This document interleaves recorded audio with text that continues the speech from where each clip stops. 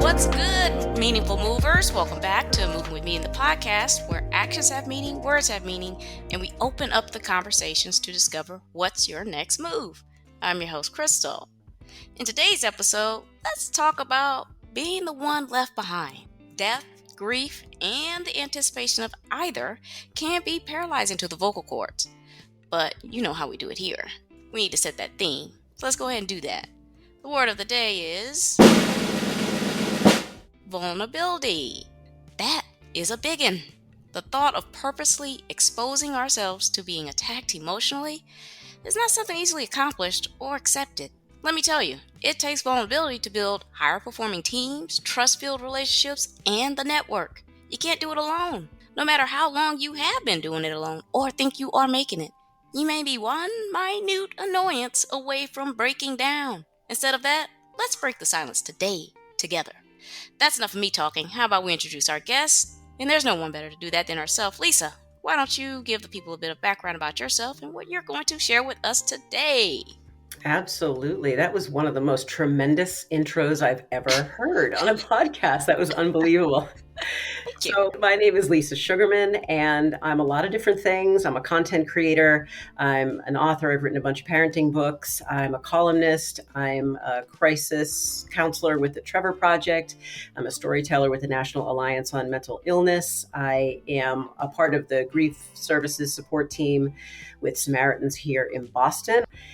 Let's see, what else am I? I'm a mom of two grown daughters. I've been married for many, many, many decades. And I'm just kind of on a mission, I guess, to normalize talking about mental illness and suicide and really trying everything I can to just bust that stigma of mental illness. Just bust it apart, break it up, blow it up. And that's what we're all about here. I'm ready for it. So get us started. I think you got like a little survivor story that's, to me, kind of unique. So tell me a little bit about that. Yeah, that's one of the things I'm glad you started with that, because I didn't actually say that in my intro just now. It represents a very big part of who I am and a big part of the why for what I do. So I'm a 3-time survivor of suicide loss. They all hit home. They're all traumatic in their own way, but the one that has been with me the longest and been the most difficult is losing my father to suicide. And that's the story that is a little bit unique, because my survivor story is different in the way that I didn't know that I lost my father when he passed away in 1978. I was 10 years old. When he passed away, my mom chose to conceal the real reason why he passed away. So instead of saying he had taken his life, she felt in that moment at that time that it would have shattered me beyond the shattering that I was already experiencing. So she told me that my dad had a heart attack, and I really didn't have much of a reason to question that. I mean, he was a smoker, but he was also physically fit and very active. But knowing that he was a smoker just kind of connected simple dots for me. You know what I mean? Yeah. It made it understandable. I didn't question it. That's how I lived my life. I mean, I went through the next 35 years of my life thinking my dad died of a heart attack, feeling so sorry for him and for everything that he had missed and his life being cut so short. And then flash way forward to me being 45 years old, myself the same age that my father was when I lost him. I'm now a mom. I have 2 teenage daughters, been married for decades. And all of a sudden, out of nowhere, I find out that my dad had actually taken his own life. It upended me. It did all the things that you would think it would do. It just turned me inside out. It shut me completely down. That's the thing about suicide. I mean, like I said, for me, myself, that's something that I struggle with, is it's kind of selfish. I mean, you know what I mean? Like for myself, it's like, what am I doing this for? And then the folks who are left behind, it's so many unanswered questions. And then was it me? Was it this? Is there something I could do? How did it make you feel? Were you going through those kind of thoughts and emotions? I definitely was. I mean, I think it was just a very different experience than it would have been if I had found that out when I was 10.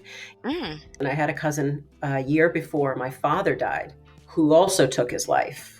And that was my first experience. That's probably my first experience with someone dying in my family. And it was certainly my first experience with anything relating to suicide. And my parents were pretty open about it. They told me as much as you would tell a 10-year-old child, just that, my cousin's brain was not working the way that a normal brain would work. And he was very depressed and all those things, all the appropriate things.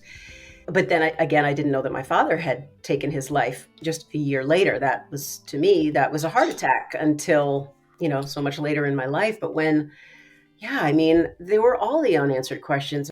The thing that hit me the hardest, to be honest with you, harder than anything, was not that my dad left me, but it was that my dad made the choice to leave my mom. And they had the most beautiful marriage. I woke up every morning, like I was an only child, and I woke up every morning to the sounds of my mom and dad down the end of the hall in the kitchen having coffee. Almost every day, their laughter was what woke me up in the morning. Oh. And I have that and always had that. And my dad was so even-keeled and so kind and so just outgoing and driven, just a beautiful human being. There was no up or down or swing or real deviation in who he was. He was just like, if you could see me right now, you can see me because we're on video. I'm just running my hand straight across the screen. He was even all the way, all the time. So what really got to me the most was that he put my mother in that position. And you mentioned something a few minutes ago. You used the word selfish in the context of, someone leaving. It's a very common perception to have about suicide for a survivor, to feel like, wow, that was such an incredibly selfish act. Why didn't they reach out for help? Why didn't they consider their family and friends? That hit me hard for a long time because my own internal belief system around suicide was that it was a selfish act. No one taught that to me. I taught that to me. It wasn't until I learned about my own father's suicide that I had this complete mind shift, and I realized that it's like that person who is struggling, and this is something you may understand and be able to relate to. You're not thinking about who you're leaving behind, who you're impacting, who's going to be grieving, what's going to be left undone or unsaid. All you're thinking about is, I don't want to be in this pain that I'm in every second of every day. That's all you're thinking about. You're not thinking, I want to leave my family. You're not thinking, I want to end these relationships, or this is a great way to get out of having to do my job, or whatever kind of, manipulation that depression can do to you. You're thinking, I want it to stop. And it was it was like, genuinely, Krystal, it was like one of the most profound moments of my life. Next to finding out about his death was learning, like, instantaneously, he had no other choice. In his mind, he had no other choice. So that's how it affected me. Yeah, of course I have the why. I'll always have the why, because even though there are certain things that we knew were going on, like stress with job and stress with his family, my dad came from a really tough family. Those definitely played a part, but nothing was explained to us from him. He left a very, very, very short, simple note, basically saying, I'm sorry, I love you, goodbye. So there were no answers. There was nothing. So that's something I struggle with. I think I'll always struggle with it in some way because it's a question I can never answer. And you're nailing it on the head. I'm over here almost like amen and swaying in a sermon with what you were just saying, because it's so true. That isn't what we're thinking about. Man. So tell me where you got this insight from, because it's like you said, you started this journey, and I'm listening to this saying, she's explaining it better than I can explain it. I don't know about that, but you're killing it for me. I mean, I'm like, okay, this is a good way to explain how I'm feeling right now. I'm glad. I appreciate that. I think for me, and this is what's so interesting too about why I do what I do, which is an incredible amount of mental health advocacy and really just trying to end suicide and that stigma. I think a lot of it I can trace back to shortly after I learned about my father's suicide. Well, maybe not shortly, a few years after, when I had finally kind of just been able to process it. You never reconcile with it. You never accept it. You never are at the end point of grief. That doesn't exist. It's not a thing. It never stops. But I was in a place where I had sat with it for long enough and processed parts of it over and over again and talked about it with my mom. Now, no one else knew. It was just my mom and my husband and me. And I didn't want to tell my daughters yet because I felt like at that time they maybe were a little bit too young to want to have that conversation. So I waited a few years and then I went ahead. I told them, and they were teens at the time. And, that's when a lot of mental illness and challenges can start to emerge. And so I felt really strongly that they know and understand kind of the genetics that live inside them, because we all have that inherited DNA. If you come from an alcoholic parent, or you come from an abusive parent, or you come from someone with cancer, I mean, all of these things are inherited. So I finally sat them down, I talked to them. And it was shortly after that when my oldest daughter, who's now 26, when she started to experience her own challenges with mental illness. She started to feel a depression come on. She started to feel a lot of anxiety coming on. She had sexuality questions that emerged later. She became, very comfortable with her sexuality and came out to us as bi when she was a junior in college, and, was kind of going through all those things all at one time. So, and the reason why I'm saying this is because she was the linchpin, I guess, the tipping point for me to uncovering why I felt so differently about mental illness and suicide, because I saw my child firsthand struggling. Like, I never saw anything with my father. Plus, I was 10 years old. My daughter, different dynamic, different situation. I'm hyper aware of every movement, every challenge, all the things. And she was pretty open about it after a while. And it was watching her go through it and knowing that there were certain things that were beyond her control. And I think that's what really just had the ultimate impact on my thinking.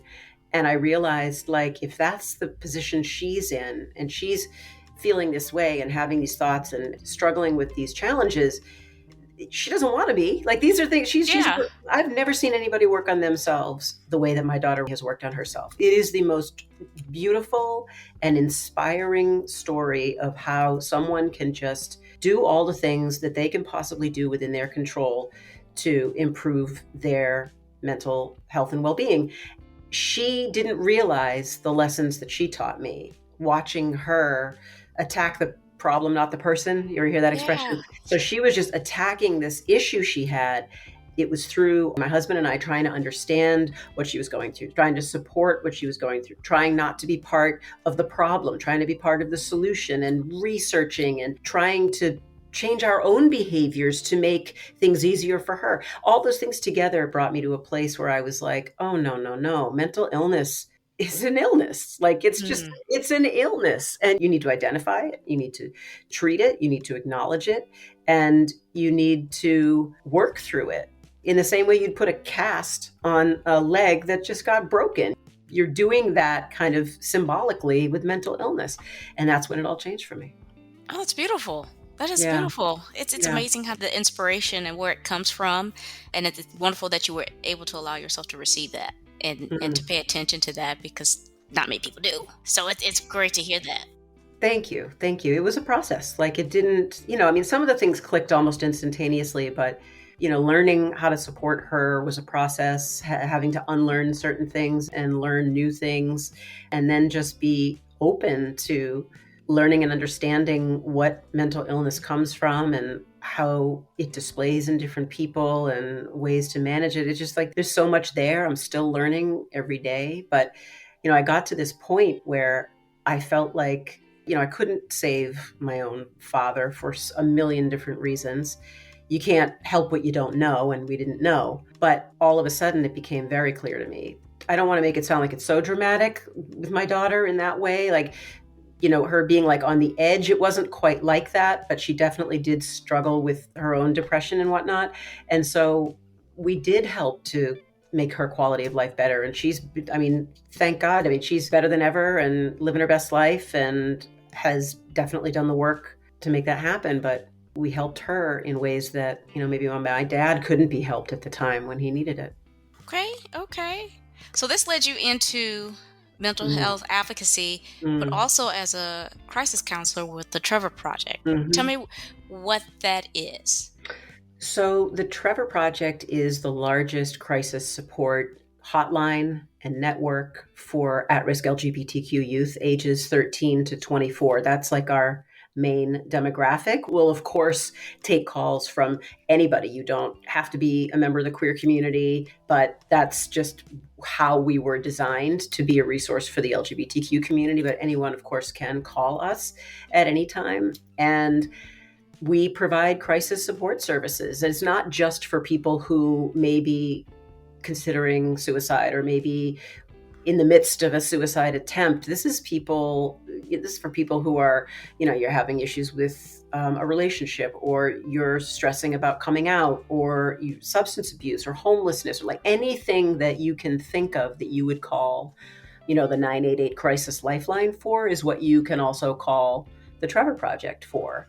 And we have not only the old-fashioned kind of pick up the telephone and call and get a counselor service, we also have a texting service as well for people who may not want to have that kind of in-person voice-to-voice conversation. You can use a secure texting platform and text with a trained counselor that way as well. So they've been around for a long time. They've been around for over 25 years, and they have helped hundreds and hundreds of thousands of at-risk LGBTQ youth find safe plans for kind of continuing through their life. God knows how many attempts we've stopped and support we've given. So it's a pretty incredible organization.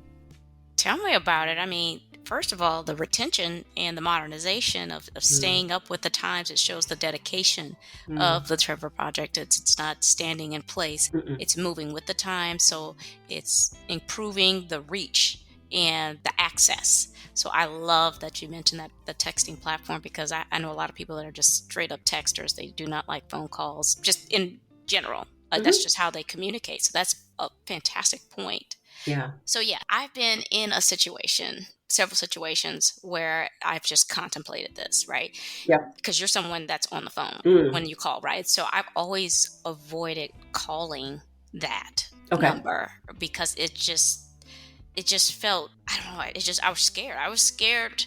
I don't know if I was scared that, they're going to convince me to stop. I was scared to admit that I needed help from a stranger, and I'm not getting this from the people who are in my life. It was just all of these, like you said, stigmas that was weighing on me, that was preventing me to call that. So tell me about like what to expect when you call someone on the lifeline, and how to encourage people who are probably on the fence, like me, to give that hotline a call.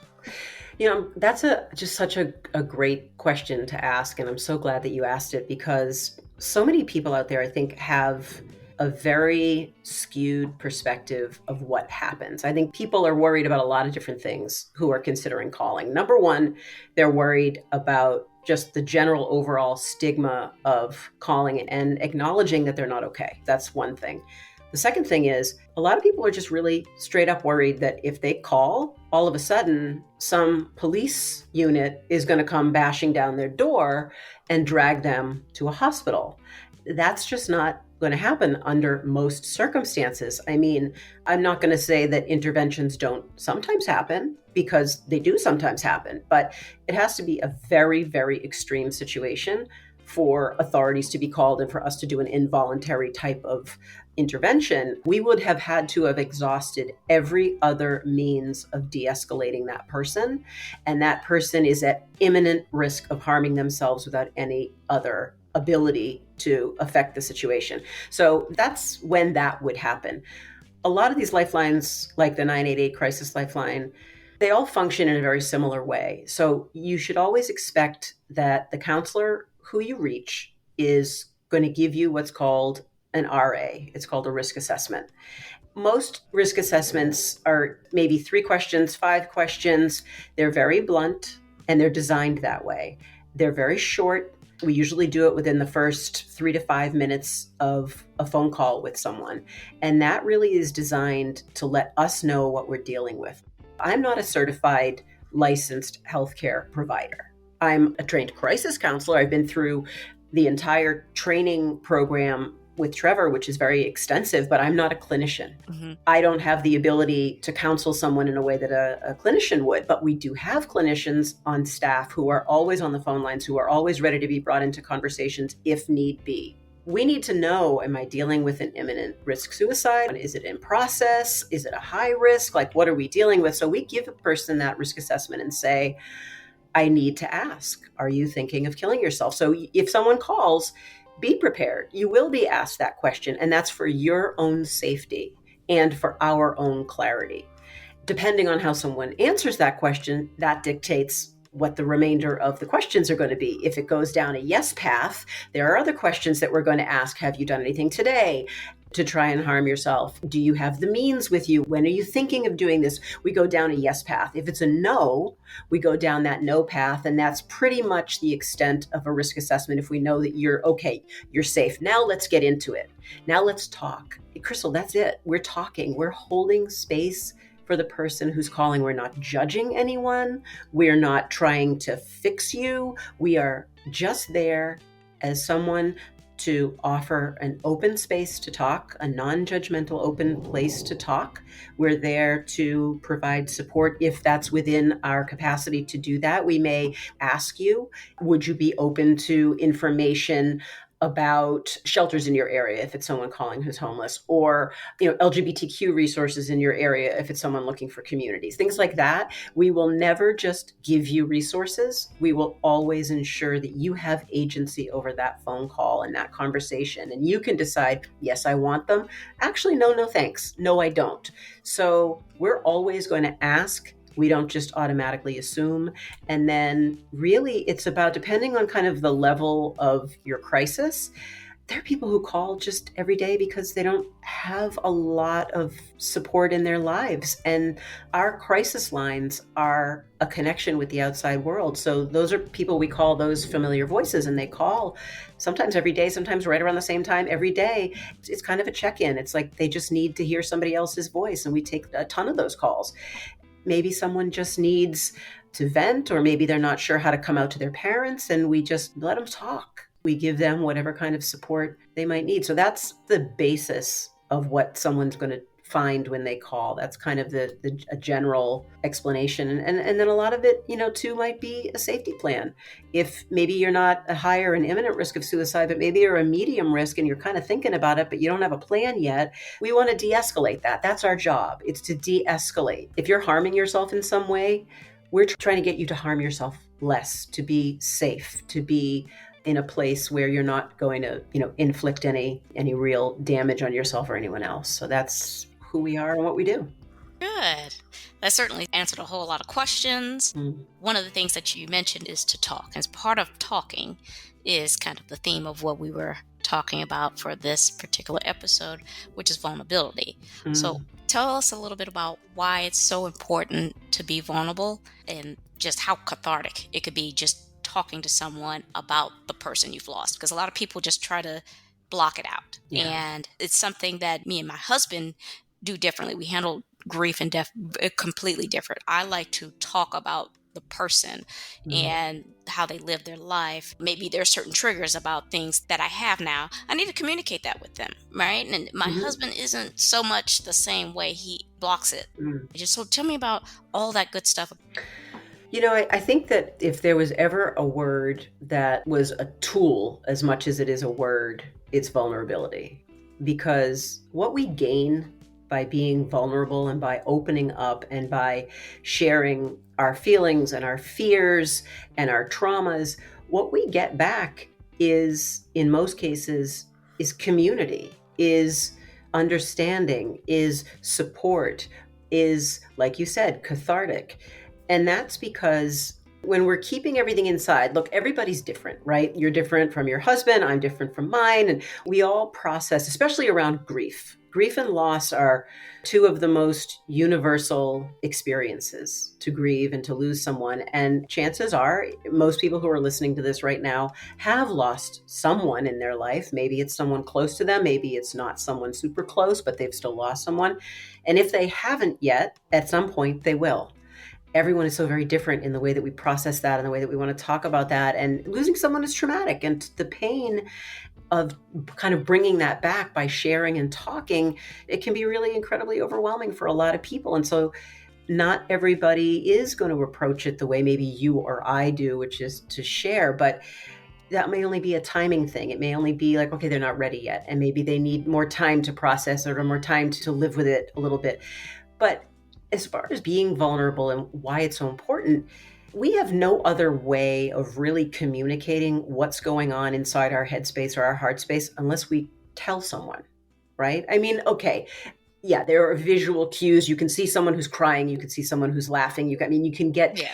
a general sense, but you don't really know the true full extent of what's going on the inside of somebody unless they share that with you. And so much of what we all have inside to share is hard and Mm. scary and overpowering and incredibly sad and triggering at times. What I learned, I mean, I mentioned a little while ago when we first started talking about my own father and his death. When I found out that my father had actually taken his own life, I mentioned that I didn't say anything to anybody else except my husband and my mother for the first, I think, 3 years, not even my own children. Mm. And there were a lot of reasons for that. I needed to retreat. I needed to just be in my own head. There were issues of stigma. There were issues of just unanswered questions, a lot of different things. But for me, it was when I finally decided to get vulnerable. When I tell you my life and this grief journey, some people love the words grief journey, some people don't. I use it because it is a journey through grief. And it changed so dramatically for me when I finally started sharing. And it wasn't just because it was a benefit to me that I shared. It was a benefit to the people I was sharing it with, which is why the more I shared, the more I kept sharing. The farther I shared, the farther I wanted to share. Once I started talking about it, okay, now I've got to start writing about it. And then I got to start doing videos about it. And then I want to write another book about it. And then, so everything kind of led to another step, another stage, because the people I started sharing with, it was super cathartic for me. And people were so kind and they would listen and it would, be very therapeutic for me. But the people I was sharing it with, all of a sudden, to them, they're thinking, oh my God, like I went through that, or I went through some version of that, or I connect with some piece of that. And it gave them permission. It gave them strength. It gave them confidence, whatever word you want to use. It allowed them to feel they were in a safe space and they could talk about their stuff, or they could acknowledge their stuff. So the more I talked, the more people started talking back to me. Mm. And so it was such a reciprocation of sharing that I've never encountered anything with more of a power to create healing and to create hope and to create community than being vulnerable. So that's my 17-minute answer to your question. Well, I think the key word to that was reciprocation, one, and two, listen. Yeah. I think that's my biggest piece with my husband is when he talks, I'm not listening.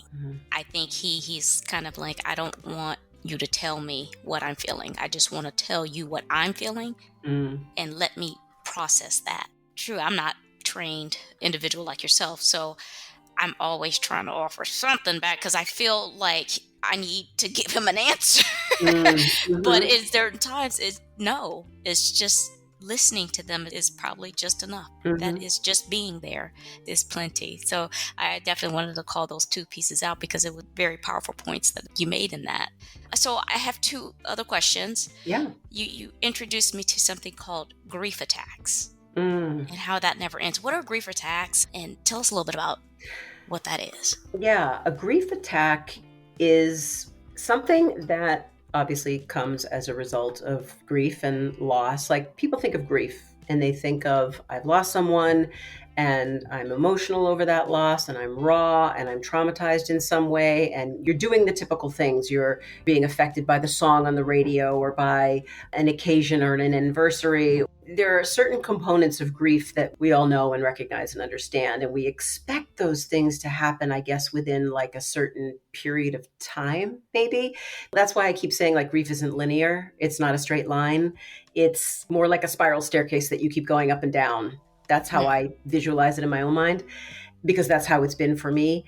And so a grief attack is something that can happen certainly right after someone has lost someone, or it can happen months, years, decades later, because that loss is always going to be that loss. It exists on a space and time continuum, right? Like it may have happened a decade ago, but it's very easy for our minds to put us right back in that place of pain and loss. Like, for instance, myself, a grief attack for me most often will happen when, I'm in a place where I know I've spent some very profound time with my father. We used to be up in the mountains a lot. We would hike and climb and mountain climb all the time when I was young. And so that's one of the places in the world that I feel most connected to my dad. And sometimes I'll climb a mountain with my family, and I'll be on a trail I was on with my father, and I'm having the best day because I'm with my kids and it's a bluebird day. And then all of a sudden, out of nowhere, I start remembering something about my dad, and all of a sudden I'm grief stricken. All of a sudden I'm in tears. All of a sudden I need to kind of separate myself from everyone and take a beat. You know what I mean?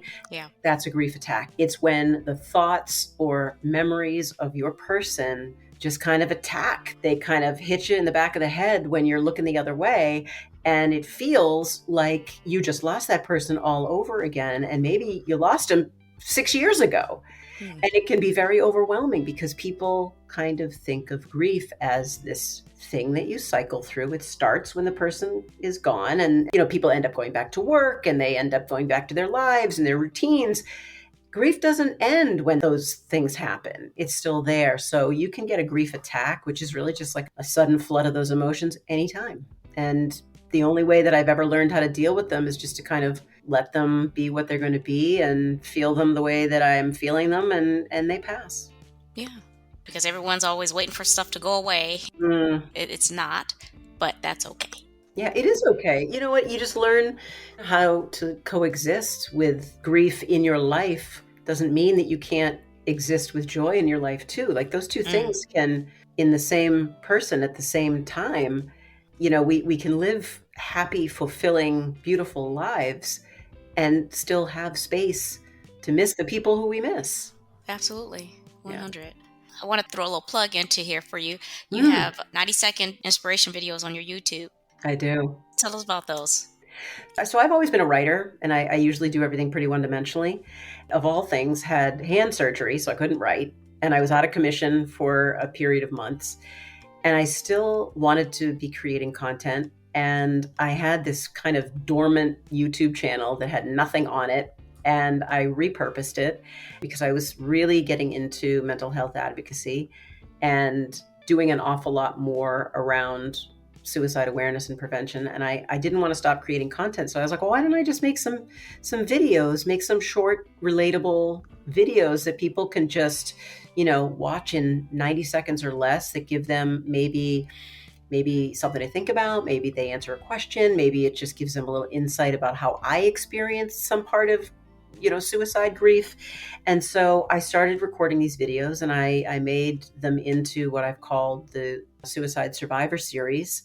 And every Monday I drop a new video that's at least 90 seconds or less. It's definitely grown from a place of just being suicide awareness and prevention. It's more now just the big umbrella of mental health and wellness, and of course suicide and mental illness and debunking myths and all that. It's been pretty wild to see all the traction that these little videos have gotten, because it's really just from the mind and the heart of a survivor. And it's apparently stuff that other people can really connect with and resonate with. So if that's the case, I'm just going to keep making them. So I make them every Monday, and we'll see. They've been making their way around the internet. Lots of other different mental health organizations have been picking them up and reposting them, which has been incredibly beautiful to see. So you can find them at the Lisa Sugarman on YouTube. Awesome. High demand, high impact. Hope so. Oh, it is. So, Lisa, do you have any golden nuggets to add that ketchup, just to recap? I do have my golden nugget. Meet yourself exactly where you are. Don't try to be further ahead than you are in this moment. Don't try to go back. You can only be right here, right now. So sit in that and don't be afraid to let it be whatever it's going to be. Perfect. Well, that's the episode today. It's heartbreaking to say, but loss is life. We're never prepared for it, and no matter how much experience you have, It's not something that ends up on a resume. Sometimes it hurts too much to cry, and we do all we do to keep those tears and feelings all bottled up. Imagine the pain you are storing within you and what it can do when it comes bursting out, either to yourself or others. That's why I appreciate Lisa sharing her personal story and giving space for those who are looking for ways to comfort others going through a difficult time or express their thoughts to be heard without feeling judged. She's added a new term to my vocabulary: grief attacks. I feel more empowered and inspired after our conversation, and I hope you do too as well. Even if you have found security in your vulnerability, I'd love to hear about how you were able to overcome your fear of exposure to embodying the spirit of healing. I love it all, and so will someone else. Before I let you go, Lisa, why don't you go ahead and remind the people who you are and where they can find your resources or reach out to you? Yeah, of course. I'm Lisa Sugarman. I'm a mental health advocate. I'm a crisis counselor with the Trevor Project. I'm an author, I'm a columnist, and I'm a storyteller with the National Alliance on Mental Illness. And you can find me and every little thing that I do at lisasugarman.com. Love it. I'll make sure to include all of Lisa's resources and connections in the episode description, as well as on my website's resources page, movingwithmeaning.com. Make sure you guys subscribe to the show, Moving With Me in the podcast, and tap that alert bell so you know when these episodes drop. I'm on Apple Podcasts, Amazon Music, Spotify, and YouTube Music. Please share, like, repost, and follow. Tag someone. We are creating a community. Quick housekeeping before you go. Follow me on Instagram at movingwithmeaning82. Connect with me on LinkedIn. I do dabble in TikTok at Krystal B. Clark. My YouTube channel is up. Kindly run over there and have a look or two. Links are in the episode. Alrighty. I'm Krystal on Moving with Meaning, the podcast, reminding you to take it one step at a time. All moves have meaning. Check y'all later.